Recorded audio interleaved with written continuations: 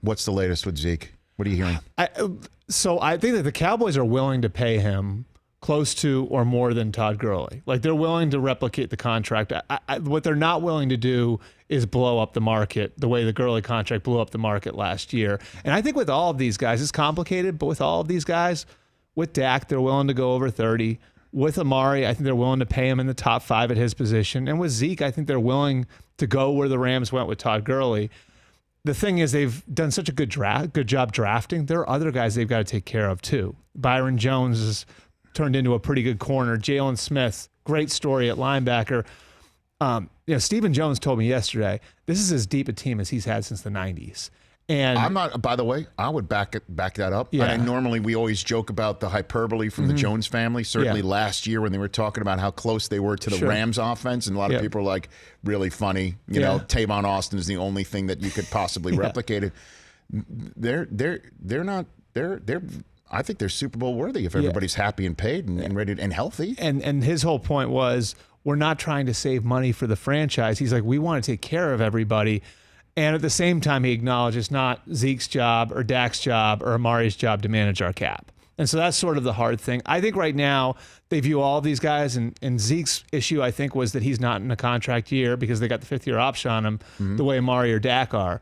So Zeke was sort of number 3 on the list, and Zeke holding out is him trying to push to number 1 on the list. And so I think ideally you'd like to get the quarterback done first because it's the biggest piece of the puzzle. It's going to be the biggest contract. But I think right now, a month out from the season, they still view this as part of the process. Well, I think they should give a quarterback first because, as you say, he's crucial, but he's also there.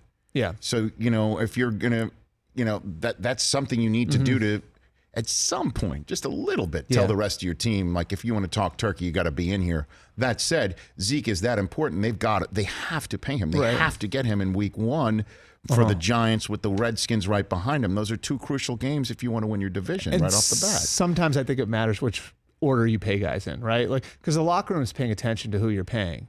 And this is where I think some of Zeke's off-field stuff comes into play. Of course. Where I think the locker room pays attention to that stuff. I remember talking to Scott McCloughan about this when he was with the Redskins. And, Trent Williams had some issues. They intentionally paid Ryan Kerrigan first because they want to send that message to the locker room. And I think that's something that could come into play here too, is Dak has done everything right.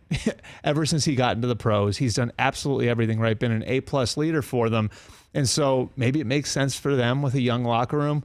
We're going to send the message of paying Dak, and then we can take care of everybody else. Plus, I think it makes it easier to pay everybody else when you know what that biggest piece of the puzzle looks like. So you think all 3 are taken care of by the time they break camp in Oxnard in a couple of weeks, or they're all 3 are taken care of by the time week 1 starts? I don't think the Amari Cooper negotiation is as active as the other 2. Okay. I think there's a good chance one or both of Dak and Zeke get done. I'd be a little more surprised if Amari Cooper gets done. I think their intention is to keep him long term. The negotiation just hasn't been as active. They got to get both, don't they? They have to get Dak and Zeke. I mean, Zeke's not coming back from Cabo without a deal.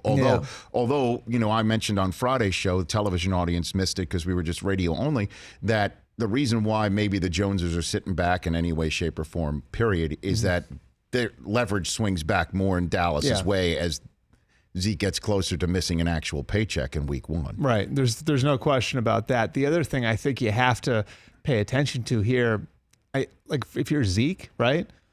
Think about it this way. If the Rams have to pay Todd Gurley now, right? If the Rams and Gurley decided to table things last summer, say it didn't work out, and now we have all the information now, like we have all that information now on what happens with his knee, do you think they pay him? So Zeke's looking at that and saying, I don't know if I can risk going back out there, just because of the way players at my position are paid and because of what I just saw with another premier player at my position. And the flip side of that is, the Cowboys, I think, want to build some protections into the contract. So those are all things they've got to work through.